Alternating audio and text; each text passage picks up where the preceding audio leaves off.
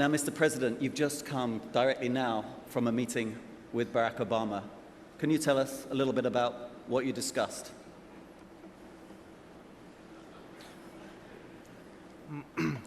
Я расскажу, но не все. I will tell you, but not everything. У нас хорошие отношения. We have good relations with President Obama Нашло свое воплощение that was в целом ряде reflected in the whole range of the breakthrough decisions of the recent years, and that meeting was a good one. We discussed a lot of questions. We discussed the current economic situation, spoke about the APEC summit, spoke about the Russian WTO joining. I think President Obama, that he's the first American president who put the most energetic efforts to it. If he did it earlier, then Russia would already be in the WTO, and we would not have the situation when Russia, the major economy that and the whole range of organizations, is not a member of WTO. We discussed regional problems, spoke about Afghanistan, Iran, and we discussed some other things that I cannot share with you. Then I won't probe you. I was about to. As you mentioned the WTO, I mean, in recent days, you've overcome a number of hurdles towards accession to the WTO. Is it now a done deal? And what does it mean for Russia? I mean, after all, we saw that when China joined the WTO, it entered a new phase of its economic development. I mean, can we expect something similar with Russia?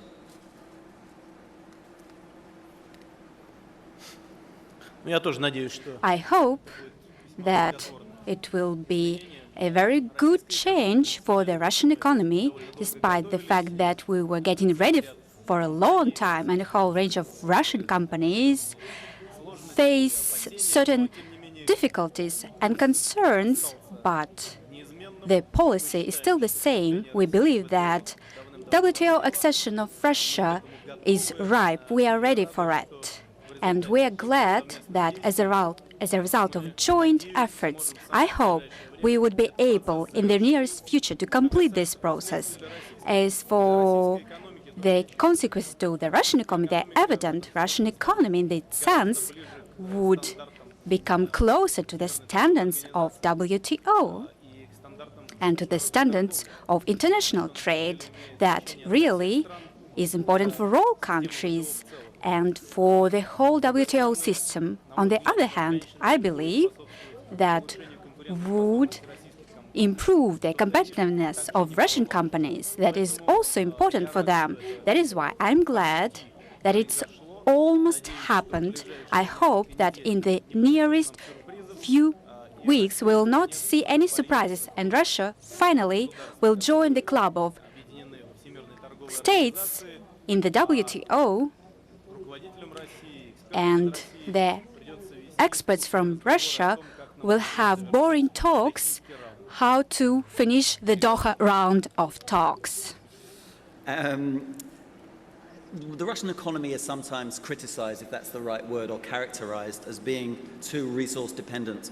I mean, will accession to the WTO, through the kind of competition that is bound to bring, will that cause innovation, more innovation in Russia? What real hopes do you have for Russia to become a different kind of modern economy, assuming that you accept that characterization in the first place? I believe that WTO accession, I would say that one of the conditions to diversify the Russian economy. Russia is a rich country, rich in energy resources, natural resources. It's very good because it allows Russia to develop, and we cannot underestimate our potential. On the other hand, Russia cannot be a country where there is only one part, and we should not base only on natural resources and energy resources. We should develop other areas of our economy, and in that sense, WTO would favor the development of our economy and diversification of our companies. But the main focus should be made on ourselves and not on the membership in international organizations. Because in order to change the situation in economy could be implemented only by Russian companies. At the same time, we count that the new economy will be born as a result of joint investment of Russian businessmen and the coming of important high-tech investment from other countries. I'm optimistic about it. I'm sure that new creative economy will take its dignified place in Russian economy, despite of the fact that for a long time will be one of the main suppliers of raw materials and energy resources at the world market. Now, as you've mentioned, you're entering a rules-based system, and I think it's fair to say that some foreign businesses don't always associate Russia with sticking by the rules. I mean, first of all, is that a fair criticism by those companies? And if it is that now going to change? Это верная критика. It's a fair criticism. Я даже больше скажу. I would say more. In other countries, they not always obey by the rules, and if they are not abided by, usually the legal system is in operation, and probably that is the main thing that we should pay attention. The rules are often violated in the most developed countries with good traditions. The most important thing that if there is a violation, one can protect its interests. And in that issue, we will have to go through some development. Our judicial system is an operation. It is under the development, and it's not as developed as in other countries. And during the recent years, I was trying to pay more attention to the development of the legal system, the judicial system, by creating new institutions that could be used for that purposes. Now, what do you think of the TPP arrangement? I mean, it could look like as soon as you join one club, America immediately sets up another club to which you're not invited. Do you resent that there's this new body that's being set up alongside the body that you're just joining?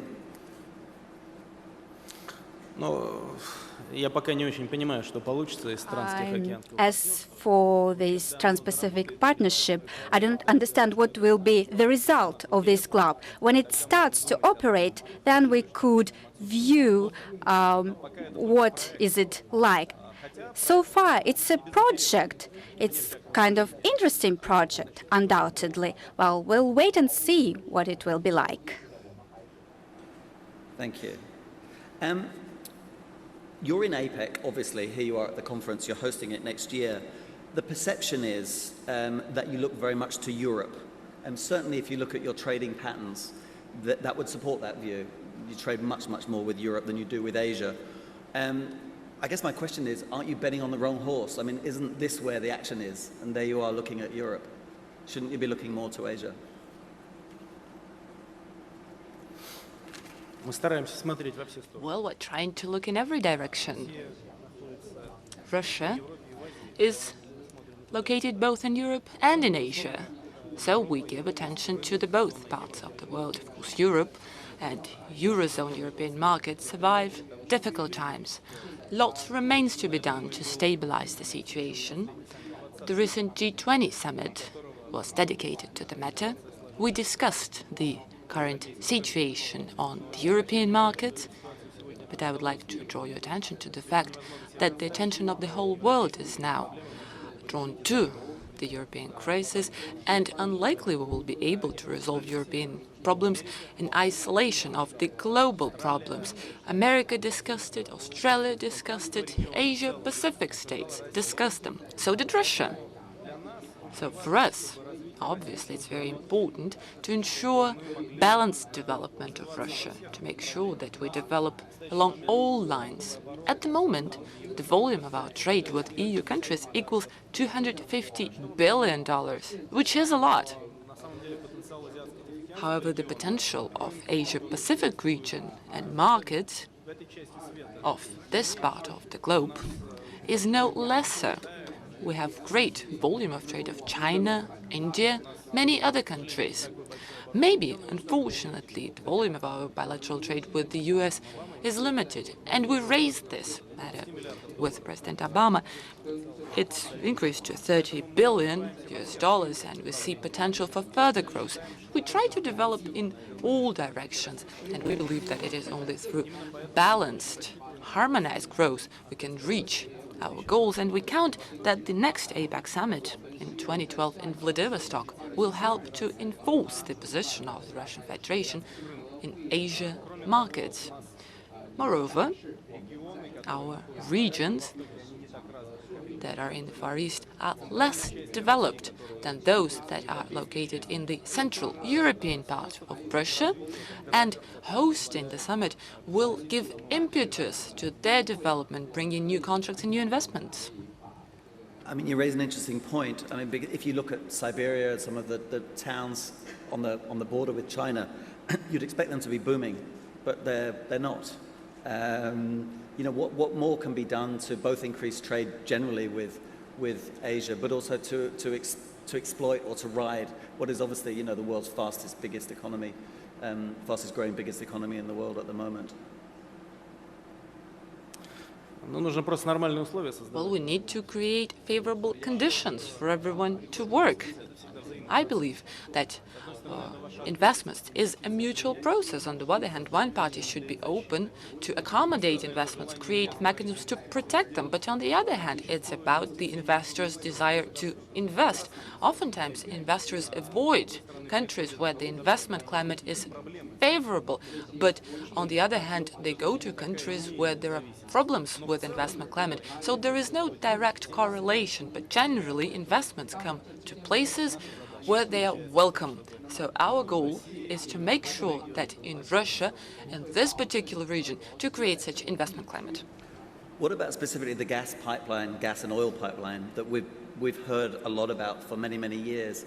I was looking at some numbers, and if I'm not mistaken, I think only 2% of your fossil fuel sales go to China. One would expect, given this is a kind of a hungry beast that needs more energy, and you have that in abundance, you know, it's hard to understand what's holding this up.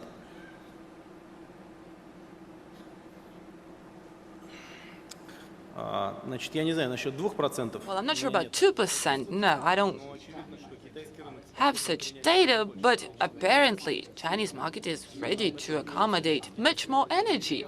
And we are agreeing upon the matter with Chinese partners. There are two projects, gas supply, for instance, pipeline gas, as we call it, to Chinese People's Republic, because there are two routes, western route and eastern route.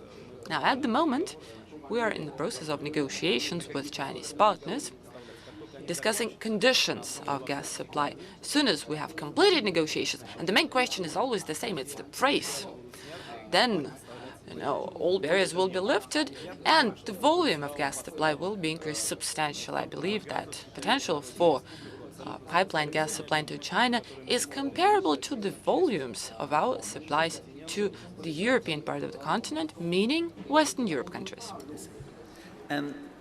Another kind of sticking point seems to be the Southern Kurils, what the Japanese call the Northern Territories, the four disputed islands.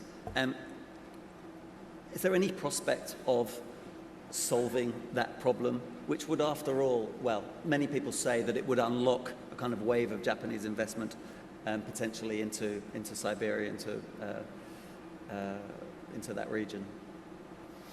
Мы сейчас ждем японских. Well, we're still waiting for Japanese investments. Today I had a meeting with the newly appointed Japanese Prime Minister, Mr. Noda. We spoke about investments. I believe it's a perfectly normal process. Indeed, there is one problem that burdens our relations, lack of so-called peaceful treaty and the territorial issue. Our position is very simple. It goes as follows. We shouldn't make a drama over the matter, continue calmly discussing it. Our positions do diverge on the matter. We believe that the existing situation reflects the existing status quo and the outcomes of the World War II. Naturally, Russian Federation believes that those treacheries are Russian treacheries. This is why the Russian authorities and Russian leaders, president and others, visit the treacheries. We don't mind Japanese investments. We would welcome them. We would welcome Japanese experts to come and work there so that we could operate and manage those islands together. This would be a normal process. I believe that economy should go first and politics should follow suit. This is a correct approach in general in life, because it's economics that defines our life, and politics, makes it worse oftentimes. The President has very kindly agreed to take some questions from the floor. So I'm going to spring this on you. Whoever would like to ask a question, could they identify themselves? I think there are some microphones, hopefully. I may use my privilege and take back the questions at some point, but who would like to ask a question? There's one over there. Microphone 6, I think that is. Добрый день. Наверное, буду говорить по-русски. Good day. I'll ask my question in Russian. Could you please identify yourself? Mariana Белинская. We are from Youth Voices of Future. И для меня большая честь задать вопрос. It's a great honor for me to ask my question, and it goes as follows. Do you think it will be possible to reach equal level of economic development of Russia in the East and in the West, make sure that all regions are as developed as Moscow, and create next center of development in Vladivostok or in Primorsk region generally? Well, had I had any doubts about that, I would not be head of state. The potential is huge in the Far East, in Siberia, since ancient times, when one of the Tsars said that Russia will go stronger through Siberia, nothing has changed since. We're still developing largely due to Far East and Siberian resources. It is not always reflected by the living standards of people out there, but they have the good conditions to make sure that life in Far East of Vladivostok be the same as in Moscow and St. Petersburg. What it takes is infrastructure and social environment, imposing good living standards. Prior to coming here, I was in Khabarovsk.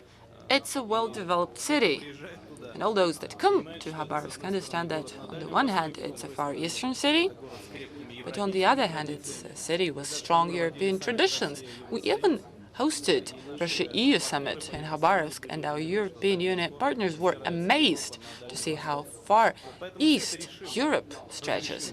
So solutions can be found to all issues. What it takes are investment, improvement of living standards, and then life in those regions will be no different from life in the capital cities. It is normal. Can I just follow up on that? I mean, does Russia see its identity as very strongly European? I mean, after all, when it was the Soviet Union, there were many states that were in Asia. You still have a big chunk of land that pokes out in this direction. I mean, do you still predominantly see yourself as a European nation? Это такой вопрос, на который опасно давать однозначный ответ. It's a question dangerous to answer, bluntly such questions, because any blunt response would be interpreted. On the one hand, in terms of the culture that dominates in our country, Russia is obviously a European country that has been shaped as part of Europe, and although it stretches all the way from Kaliningrad to the Far East, it is still a country with European traditions. On the other hand, we are part of Asia-Pacific region. Moreover, we are creating an association, integration union with Kazakhstan and Belarus, which is called Customs Union. In the future, we are planning on changing the name for the Eurasian Community, making a direct reference to Asia. So we perceive ourselves to be part of both cultures, and that's just normal. I may ask you about the Eurasian Community a little bit later if there's time, but I think there was another question over here, microphone 4. 尊敬的俄罗斯总统梅德韦杰夫先生，我是来自中华人民共和国。 Respected President, and I come from Beijing, China, and I think that the territory issues with Japan, you said that the economy first and the politics second, and I think this is a very good idea. Economic is easy to follow. Sometimes the political will make things even worse. And China may have some conflicts with another country. Will Russia become the mediator to reconcile the conflicts between China and the other country? Это вопрос или это констатация? Is that a question or a statement? Will he be prepared to mediate in some future unknown crisis? Да мы только и делаем, что выступаем в All we качестве. do is mediate. I mediate everywhere. It takes up so much of my time that sometimes I don't have any time to deal with domestic issues. I'm a professional mediator. Спасибо. We have a question down here, I think. I can't remember what number it was. Number 5. 尊敬的总统，你 Respected President of Russia, you are very you have the characterisms, and we support you very much. I'm from Far East. I'm Jiang Xipei. I have 2 questions for you this afternoon. Everybody is concerned about next year's election in Russia. Are you going to participate the election? And the second question is the Chinese company and the Russian company discussed over 10 years about the gas and natural gas and oils shipping to China. But without your consent, this agreement will not be effective. And we are interested in know when are you going to sign this agreement? Thank you. Когда? Насчет выборов. У меня было такое ощущение, что мы вроде... Well, I had a feeling we told you about our plans. I told you about my plans. But if I need to repeat it, yes, I am going to run. A campaign started, elections to the State Duma, the lower chamber of our parliament. So I can't stand to stay too long even here. The campaign will end on December 4th. Yours truly is head of one of the party lists that takes part in State Duma elections. It is called United Russia. So if all goes well, if United Russia is successful at elections, and should our candidate win the presidential race, then I'm planning to work in government. I'm probably telling you something new, something no one ever heard before. Well, then you can consider that I made this breakthrough statement here in Honolulu. But as regards oil and gas supply, we're supplying oil to People's Republic of China already, actively. We have good ties and contracts for the long run. Talking about gas supply, like I just said, we are now completing negotiations. We have present here Chairman of the Board of Gazprom, Mr. Miller, who's nodding. But like one of our characters of literature said, an agreement is subject to non-opposition by both parties. So we have 2 positions of us and of the Chinese friends. We need to bring them as close as possible.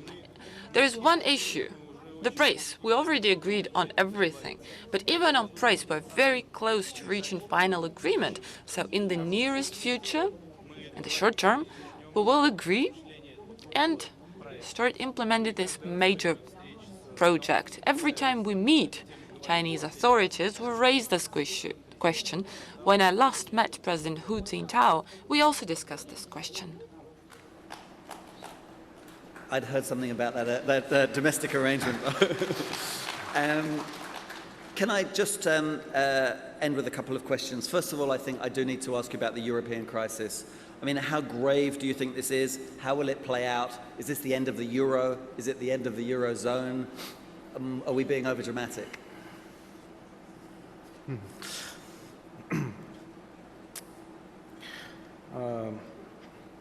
Ну, я напомню, моя фамилия Медведев. Well, I'll remind you, my name is Medvedev, not Merkel, not Sarkozy. They are probably, proper people to ask this question. Or maybe, thank God I'm not Merkel or Sarkozy. Because it's so much more difficult for them now. Конечно, ситуация Well, непростая. the situation is obviously very difficult. That said, I have my own feeling. And that is, had there been no euro as a global reserve currency, then in 2008-9, it would have been so much more difficult for us and for the US dollar to survive. So the fact that euro exists as global reserve currency helps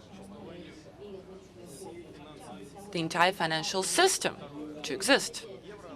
My second point is that euro services very different countries, and that weakens the arrangement. That currency was created to serve countries with very different economies. But there is nothing we can do about it now. The situation exists as it is, and now we need to find a solution. So should there be a process of European integration 2.0 be launched, it might undermine the idea of euro itself. So should the number of Eurozone member states be reduced, it will not necessarily mean greater sustainability of euro. But I believe that the current rate that had been agreed upon by the European Union authorities, even the difficult decisions on Greece's economy, is the correct way of resolving this difficult task. But let us wait and see. We're great supporters of euro and economies that are linked with euros, because we have great gold and currency reserves euro-denominated. Almost half of our reserves are in euros. So we're following the faith of euro very closely. So do China and other countries. Absolutely. In the short time we have remaining, you will be hosting APEC next year in Vladivostok. This becomes a Russian-led event. And what is your agenda for next year? How will you carry this project forward? Но мы, не скрою, горды тем, что We are proud that in 2012 Russia hosts the APEC summit. We are getting ready for it. We have a very significant number of major projects implemented in Vladivostok. The leadership of Primorsky region is present here to learn lessons of our American friends to conduct this summit at a very good level. As for the agenda, it will comprise many elements. It will consist of the issues that we discuss today, because the problems that present in the economy today will still be the same, and the problems that the Asia-Pacific region faces will, some of them stay the same: energy cooperation, or trade, or logistics possibilities, or food security. By the way, all these topics will be discussed. As the energy issues, that is quite natural for Russia. We believe that all those topics will complement each other, and that will be the specific character of Vladivostok summit. And I invite everybody present here in Honolulu to APEC summit to our country in the city of Vladivostok. I'm sure that by that time we would be able to solve a whole range of problems, but at the same time we'll still have some issues to discuss in the frameworks of the Business Council in the APEC. I'm sure you will like it. I cannot promise that we'll have the same weather as in Hawaii, but I promise to President Obama that there will be similar conditions because it's a good season for the Primorsky region. So please do come. We'll be very glad to see all of you. So pack your snow boots.